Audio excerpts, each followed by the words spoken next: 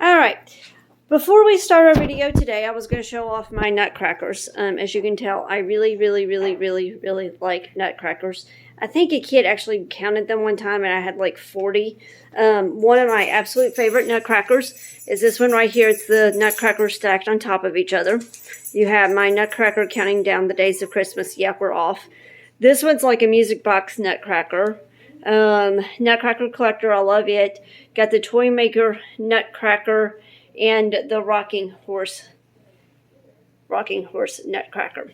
All right, let's continue with a Christmas carol. Let me get me popped into the here. We'll let Jason pop me in while I am talking. Okay. Before we start with the actual book, we got to talk assignments here.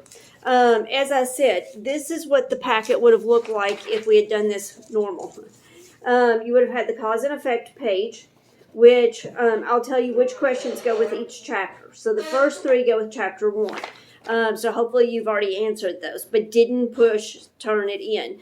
So now after you read chapter or stave 2, you can do the next 3, 4, 5, and 6. And once again, don't save, but the 4, 5, and 6 will go with stave 2 that we will be doing today. You have the vocabulary. They call it a test. I think I actually called it a quiz on LMS. Regardless, it's not a test. It's not a quiz. Use your dictionary. Look up what each one of these words mean and then put it beside the correct one. This isn't due until the 17th. Don't wait till the last minute, though. Then this is the next page, characterization. This is what it should have looked like. It's a nice little graphic organizer. First spirit, second spirit, third spirit. Then underneath you would put their names. Then under that, you would put their character traits. And then underneath the symbolism. I turned it into an LMS quiz. So they each will have a different LMS quiz. So for staves 2, 3, and 4, you will have the characterization quiz to do. As well as the actual quiz that goes with the stave. And that will be due Thursday. Because I'm going to try to keep literature as close to normal as possible. Meaning if I assign it on Thursday, it's due on Friday. If I assign it on Friday, it's due on Thursday. All right. Stave 2. Now, before we read stave 2, we got to remember something from stave 1. When Marley's ghost showed up, he said, what did he say?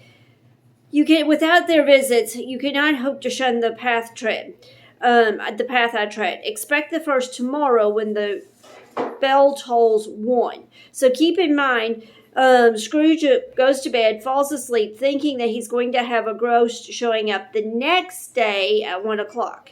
Stave 2. When Scrooge awoke, it was so dark that looking out of bed, he could scarcely distinguish between the transparent window from the opaque walls of his chamber. He was endeavoring to pierce the darkness with his ferret eyes when the chimes of a neighboring church struck the 4 quarters. So he listened for the hour. To his great astonishment, the heavy bell went on from 6 to 7 and from 7 to 8, and regularly up to 12, then stopped.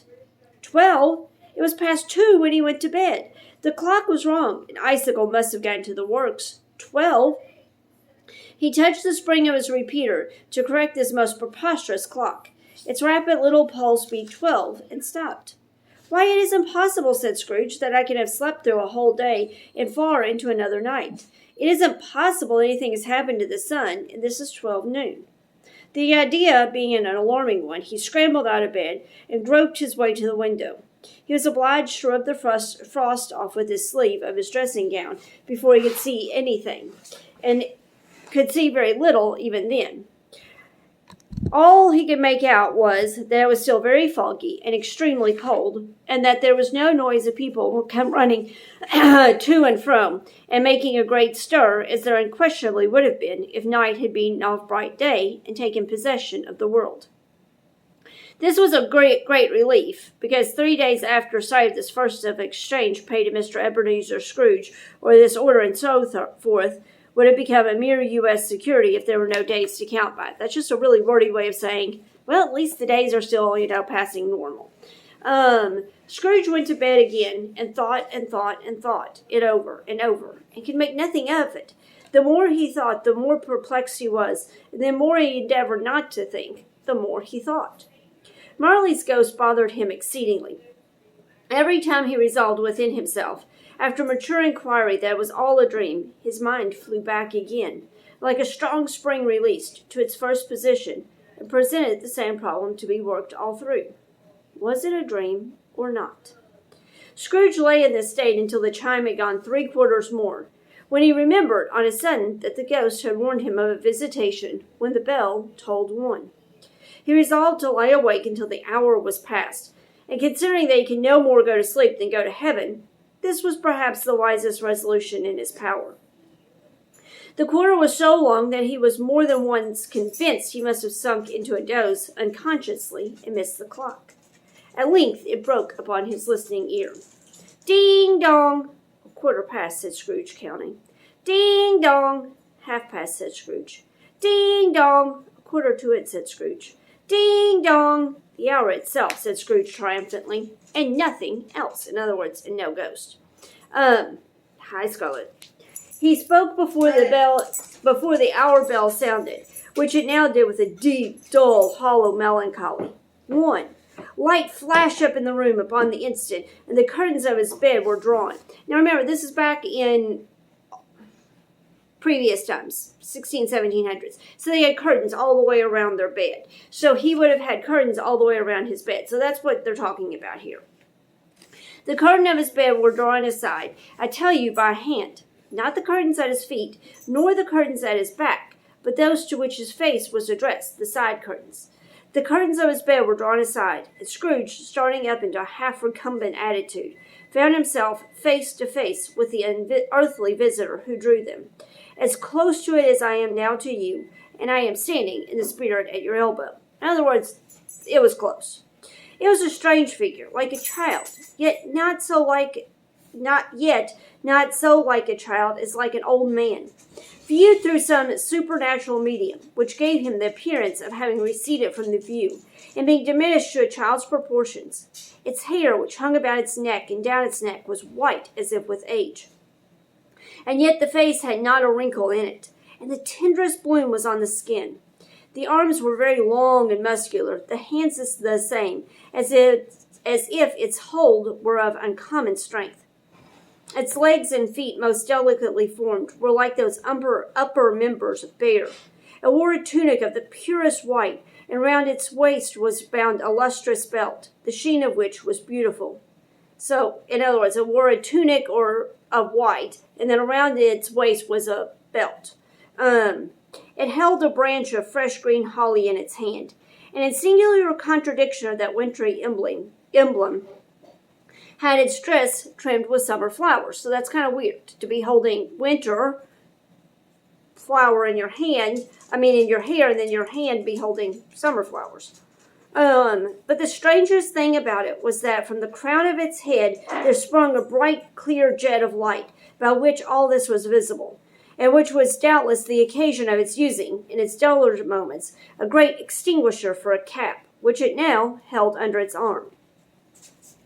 If I were you, I would pause me now and go and do the characterization, describing what the dude looks like. Even this, though, when Scrooge now looked at it with increasing steadiness, was not its strangest quality. For as its belt sparkled and glittered, now in one part and now in another, and what was light one instant at another time was dark, so the figure itself fluctuated in its distinctness, being now a thing with one arm, now with one leg, now with 20 legs, now a pair of legs without a head, which none of this is really happening. It's just the way it looks, because the way the light is hitting the what do they call it? An extinguisher, which is like a big cone, basically. And if you've ever seen the reflection on something round, it makes it look like weird, depending on how much of it you can see. And in the very wonder of this, it would be itself again, distinct and clear as ever. "Are you the spirit, sir, whose coming was foretold to me?" asked Scrooge. "I am." The voice was soft and gentle, singularly low, as if it, instead of being so close beside him, it were at a distance. "Who and what are you?" Scrooge demanded. "I am the ghost of Christmas past." So once again, that's something you'll need to put on that characterization page, is the name of the first spirit. The name of the first spirit is Ghost of Christmas Past. And we've just read about describing it, and you can put that in there as well. "Long past?" inquired Scrooge, observant of its dwarfish stature. "No, your past." Perhaps Scrooge could not have told anybody why, if anybody could have asked him. But he had a special desire to see the spirit in his cap, and begged him to be covered. "What?" exclaimed the ghost. "Would you so soon put out with worldly hands the light I give? Is it not enough that you are one of those whose passions made this cap, and forced me through whole trains of years to wear it low upon my brow?" Scrooge reverently disclaimed all intention to offend, or any knowledge of having willfully bonneted the spirit at any period of his life. He then made bold to inquire what business brought him here. "Your welfare," said the ghost. Scrooge expressed himself much obliged, but could not help thinking that a night of unbroken rest would have been more conducive to that end. The spirit must have heard him thinking, for it said immediately, "Your reclamation, then. Take heed." It put out its strong hand as it spoke, and clasped him gently by the arm. "Rise and walk with me."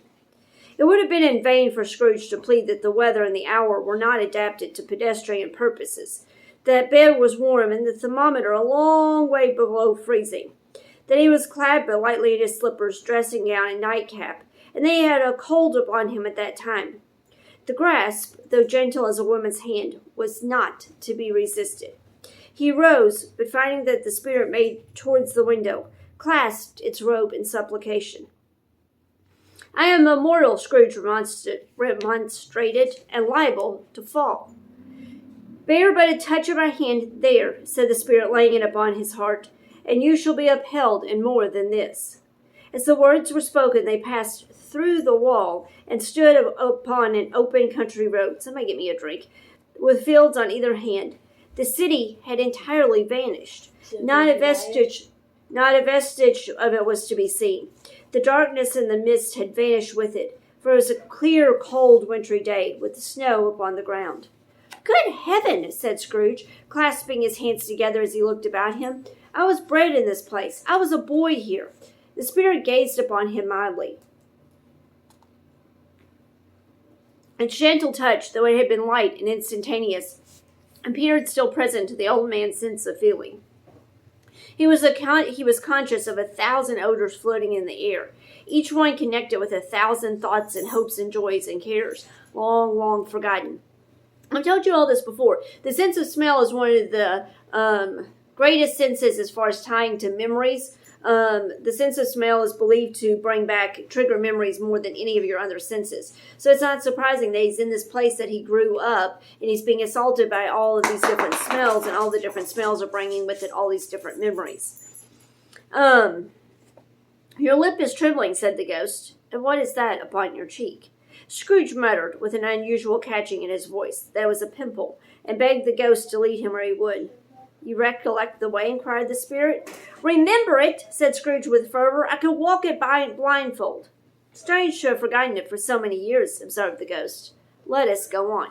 Now, I meant to mention this when I read Stave 1. Sometimes they repeat a line in bold. I don't know why they do that in this book. Just ignore those bold lines, because it makes no sense if you read them.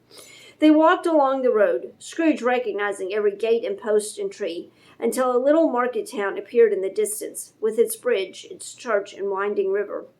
Some shaggy ponies now were seen trotting towards them with boys upon their backs, who called to other boys in country gigs and carts driven by farmers. All these boys were in great spirits and shouted to each other until the broad fields were so full of merry music that the crisp air laughed to hear it. "These are but shadows of the things that have been," said the ghost. "They have no consciousness of us." In other words, they don't have a clue that they're there. There are memories of what has happened in the past, so Scrooge could yell at them, talk to them, touch them. They would never know it. The jocund travelers, in other words, the happy travelers, came on, and as they came, Scrooge knew and named them every one. Why was he rejoiced beyond bounds to see them? Why did his cold eye glisten and his heart leap up as they went past? Why was he filled with gladness when he heard them give each other Merry Christmas as they parted at crossroads and byways for their several homes? What was Merry Christmas to Scrooge? Out upon Merry Christmas, what good had it ever done to him? The school is not quite deserted, said the ghost. A solitary child neglected by his friends is there still. Scrooge said he knew it, and he sobbed. They left the high road by a well-remembered lane and soon approached a mansion of dull red brick, with a little weathercock-surmounted cupola on the roof and a bell hanging in it. It was a large house, but one of broken fortunes, for the spacious offices were little used.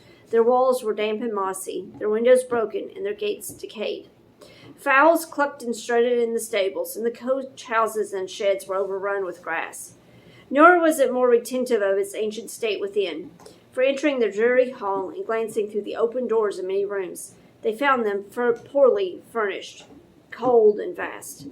There was an earthly savor in the air, a cheery bareness in the place, which associated itself somehow with too much getting up by candlelight, and not too much to eat.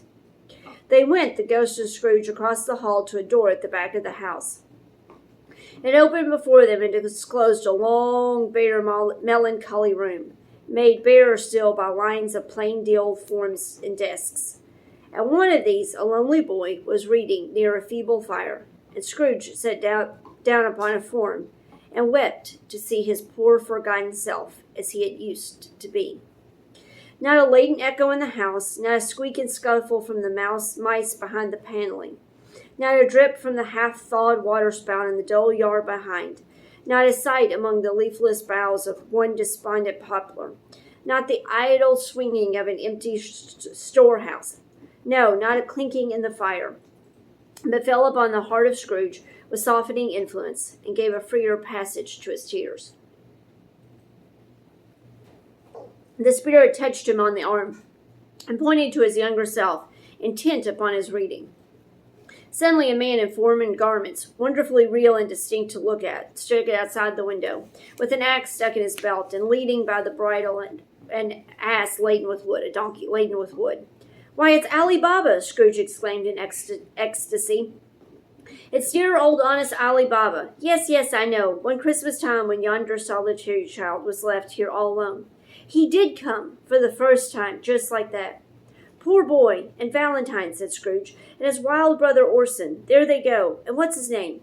He was put down in his drawers asleep at the gate of Damascus. Don't you see him? And the Sultan's groom turned upside down by the genie. There he is upon his head. Serve him right. I'm glad of it. What business had he to be married to the princess?" All of those people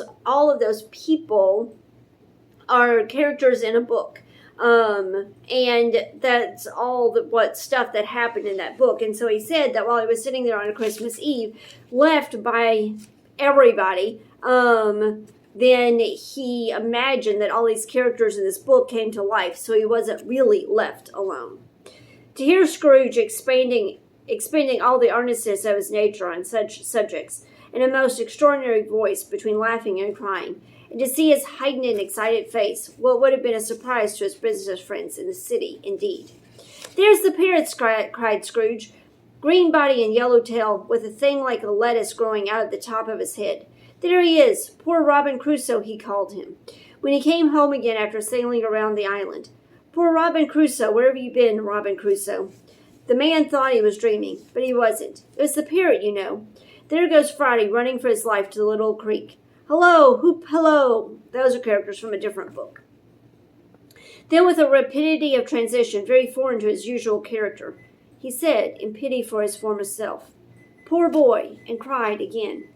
"I wish," Scrooge muttered, putting his hand in his pocket and looking about him after drying his eyes with his cuff, "but it's too late now." "What is the matter?" asked the spirit. "Nothing," said Scrooge. "Nothing. There was a boy singing a Christmas carol at my door last night. I should have liked to have given him something. That's all." The ghost smiled thoughtfully and waved its hand, saying, as it did so, "Let us see another Christmas." Scrooge's former self grew larger at the words, and the room became a little darker and more dirty. The panels shrunk, the windows cracked, fragments of plaster fell out of the ceiling, and the naked legs were shown instead. But how all this was brought about, Scrooge knew no more than you do. He only knew that it was quite correct, that everything had happened so. That there he was, alone again, when all the other boys had gone home for the jolly holidays. He was not reading now, but walking up and down despairingly. Scrooge looked at the ghost, and with a mournful shaking of his head, glanced anxiously towards the door. It opened, and a little girl, much younger than the boy, came darting in, and put his arms about his neck, and often kissing him, addressed him as her dear, dear brother. I've come to bring you home, dear brother," said the child, clapping her tiny hands and bending down to laugh. "To bring you home, home, home." "Home, little Fan?" returned the boy. "Yes," said the child, brimful of glee. "Home for good and all, home for ever and ever. Father is so much kinder than he used to be, that home's like heaven. He spoke so gently to me one dear night when I was going to bed that I was not afraid to ask him once more if you might come home. And he said, yes, you should, and sent me in a coach to bring you. And you're to be a man," said the child, opening her eyes, "and are never to come back here. But first we're to get together all the Christmas long and have the merriest time in all the world." "You're quite a woman, little Fan," exclaimed the boy. "Fan is the name of his sister. I know, weird name for a girl, but that is the name of his sister." She clapped her hands and laughed and tried to touch his head, but being too little, laughed again and stood on tiptoe to embrace him. Then she began to drag him in her childish eagerness towards the door, and he, nothing loath to go, accompanied her. A terrible voice in the hall cried, "Bring down Master Scrooge's box there!" In the hall appeared the schoolmaster himself, who glared on Master Scrooge with a ferocious condescension,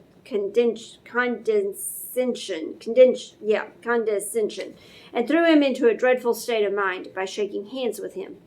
He then conveyed him and his sister into the veriest old well of a shivering best parlor that ever was seen, and when the maps upon the wall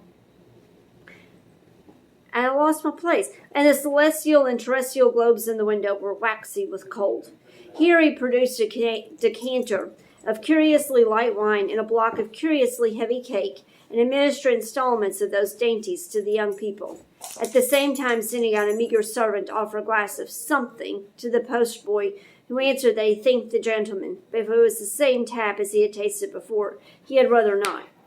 Master Scrooge's trunk, by this time tied on the top of the chaise, the children bade the schoolmaster good-bye right willingly, and getting into it drove gaily down the garden sweep, the quick wheels dashing the hoar frost and snow from the dark leaves of the evergreens like spray. That's a very wordy way of saying that this school that he's going to is old and running down and falling apart, and that Dad's finally come to get him to let him come home. And we see here this girl, Fan, who is his sister, who is the one that convinced Dad to let him come home. I'm about to run out of time, plus my supper's ready. So that's the end of video 1. Video 2 of me finishing reading stave 2, I will attach after this one gets loaded.